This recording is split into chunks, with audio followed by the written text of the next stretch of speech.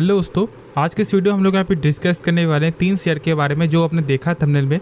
तो फिर चलो स्टार्ट करते हैं। पहले हम लोग यहाँ पे डिस्कस करते हैं IRFC के बारे में। यहाँ पर हम लोग कुछ खास नहीं, बस यहाँ पर एक टारगेट हम लोग यहाँ पे डिस्कस करने वाले हैं जो यहाँ पर एक्सपर्ट जो देते हुए दिखाई दे रहे हैं। लेकिन उससे पहले आपको एक चीज़ यहाँ पे जरूर से समझना है कि क्या हम लोग अभी बाई कर सकते हैं, क्या हम लोग यहाँ पे एक्सपर्ट के टारगेट को देख करके बाई कर ले। तो देखो, ये गलती अभी नहीं करो, ठीक है।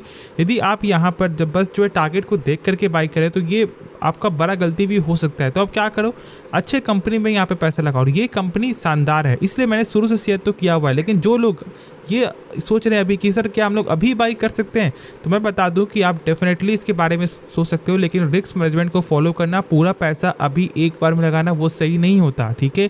अभी यदि फिर से ये जब स्टॉक आपको 200 के जब प्लस जब जाते हुए दिखाई देगा ना, तो फिर एक अच्छा मोमेंटम देखने को मिलेगा। इसलिए यदि आप अभी बाई करने के लिए सोच रहे हो तो भाई ज़्यादा पैसा मत लगाना, 20 से 25%। अब चलो हम लोग यहाँ पे टारगेट को देख लेते हैं कि यहाँ पे किस तरह का टारगेट यहाँ पर एक्सपर्ट जो है शेयर कर रही है। जैसे कि यहाँ पे आप साफ तौर से लिखा हुआ देख सकते हो कि यहाँ पर बाइंग का टारगेट है, ठीक है। और जो करंट मार्केट प्राइस जो था उस समय वो था यहाँ पर 173 रुपये का। तो यहाँ पे टारगेट मिल रहा है आपको 189 रुपये का। मतलब कि यहाँ से 16 पॉइंट का जो है टारगेट आप लोगों को दिखाई दे रहा है। तो क्या ये टारगेट आपको लॉन्ग टर्म के लिए नहीं, ये टारगेट आपको शॉर्ट टर्म के लिए है। और इसलिए यहाँ पर स्टॉप लॉस को भी मेंटेन करना है, मतलब 166 रुपये का। तो ये एक ट्रेडिंग पर्पस के लिए टारगेट है, लेकिन हम लोग यहाँ पे लॉन्ग टर्म भी है और हम लोग यहाँ पे शॉर्ट टर्म के लिए। तो इसलिए जो मैंने बोला है उस चीज़ को ज़रूर से फोकस करना। यदि आप यहाँ पे लॉन्ग टर्म के लिए जा रहे हो ना, तो आप वहाँ पर तो भाई स्टॉप लॉस को तो मेंटेन नहीं करोगे, तो फिर आप क्या करोगे, तो आप उस समय यहाँ पे रिस्क मैनेजमेंट को फॉलो करोगे। और इसलिए जो मैंने बताया उस चीज़ को जरूर से ध्यान देना कि देखो, पूरा पैसा मत लगाना। बाकी यहाँ पर आगे आपकी मर्जी है, पैसा आपका है, रिस्क आपका है। और हाँ, एक चीज़ आप और जानते हो कि यहाँ पर ऑफर फॉर सेल भी जल्द आते हुए दिखाई दे जाएगा। लेकिन ये कोई डर वाली बात नहीं, ये एक अच्छाई है, क्योंकि देखो यहाँ पे हम लोग को मालूम चलेगा कि कौन से बड़े पार्टी यहाँ पे खरीद रहे हैं। और यदि यहाँ पे बड़े बड़े पार्टी का नाम आते हुए दिखाई देगा तो यहाँ पे उल्टा गेन ही होते हुए दिखाई देगा, जो हम लोगों ने देखा है बाकी जो भी कंपनी में इस तरह का कुछ भी आपको एक्शन देखने को मिला है। तो इसलिए यहाँ पर डरना नहीं है, यहाँ पर अपॉर्चुनिटी लेकर समझना है, इसलिए रिस्क को फॉलो करना। अब चलो हम लोग यहाँ पे नेक्स्ट जो है शेयर के बारे में डिस्कस करते हैं। अब यहाँ पे हम लोग बात करेंगे अदानी पोर्ट्स के बारे में। यहाँ पर पिछले मार्केट में आपको 2% तक का एक शानदार गेन देखने को मिला, ठीक है। लेकिन गेन जो है ना वो यहाँ पे कल के दिन भी होते हुए दिखाई दे सकता है। अब उसका क्या वजह है, तो वजह यहाँ पर एक न्यूज़ है जहाँ पर आपको रिपोर्ट के जरिए हम लोग को ये मालूम चल रहा है कि यहाँ पर अदानी पोर्ट्स जो है आपको यहाँ पे मुंद्रा पोर्ट्स जो है उसे यहाँ पे हासिल कर चुके। जो मतलब एक्वायर का जो न्यूज़ था वो यहाँ पे कहीं ना कहीं यहाँ पर ये साइन दिखा रहा है कि यहाँ पे ग्रीन फ्लैग जो है मिल रहा है देखने को। और ये रिपोर्ट है, लेकिन हाँ, यदि रिपोर्ट यहाँ पे सही होता है तो फिर ज़रूर से यहाँ पर गेन देखने को मिलेगा। यदि आप देखोगे ना तो अभी के हिसाब से यहाँ पर जो ये कंपनी जो है मतलब अदानी पोर्ट्स जो है वो यहाँ पर रफली आपको 27% जो है कार्गो को, मतलब कार्गो जो पोर्ट्स है वो अपने भारत में कंट्रोल करता है।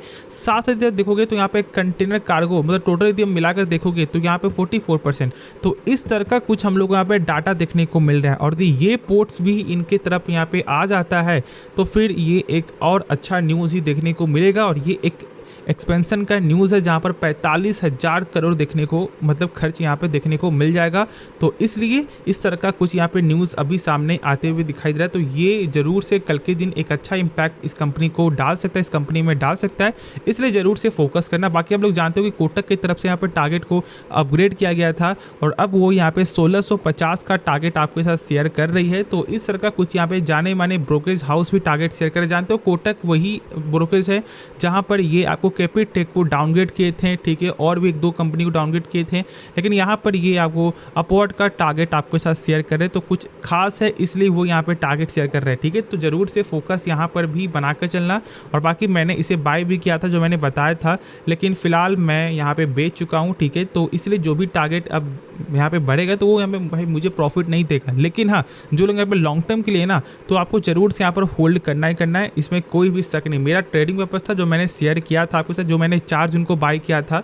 तो बस जो मेरा था टारगेट वो मैं टारगेट यहाँ पे अचीव हुआ और उसके बाद फिर मैंने यहाँ पे सेल कर दिया।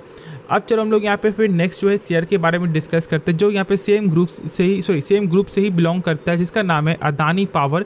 अब यहाँ पर आप लोगों को जरूर से क्या फोकस करना है, देखो फोकस यहाँ पे बहुत से लोग जो है इसलिए कर रहे हैं क्योंकि यहाँ पे लगातार गेन हो रहा है, ठीक है। जब देखोगे तो 1 मंथ के अंदर में ये स्टॉक आपको 17.5% चढ़ चुका है। 6 मंथ का देखोगे तो यहाँ पर 38% और ये सर्टन गेन देखने को मिला है।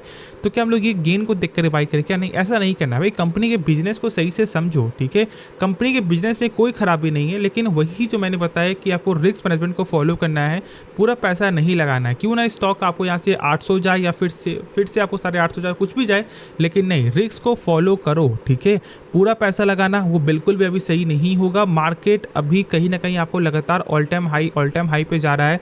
और जानते हो कि यहाँ पर एक न्यूज़ भी आ रहा था जो मैंने शेयर किया था, जहाँ पर जाने माने एक्सपर्ट, ठीक है, जो उनका पहले ही बोलना था कि यहाँ पे जापान जो क्रैश हुआ था उसके वो पहले ही वो यहाँ पे दे चुके थे कि भाई इस तरह गिरावट आ सकता है। और वो फिर अब ये बोल रहे हैं कि भाई 2008 से भी बड़ा क्रैश होते हुए दिखाई दे सकता है।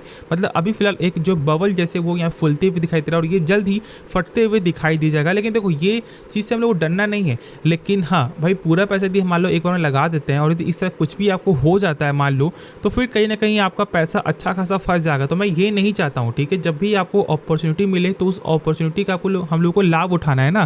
तो जब गिरावट होगा तो हम लोग अच्छे कंपनी पैसा लगाएंगे उस समय, तो भाई पैसा रहेगा तो ही तो लगाएंगे ना। अभी पैसा मान लो अभी हम लोग पूरा पैसा यहाँ पे लगा देंगे और जब ये शेयर गिर जाता है तो फिर पैसा फंस जाएगा।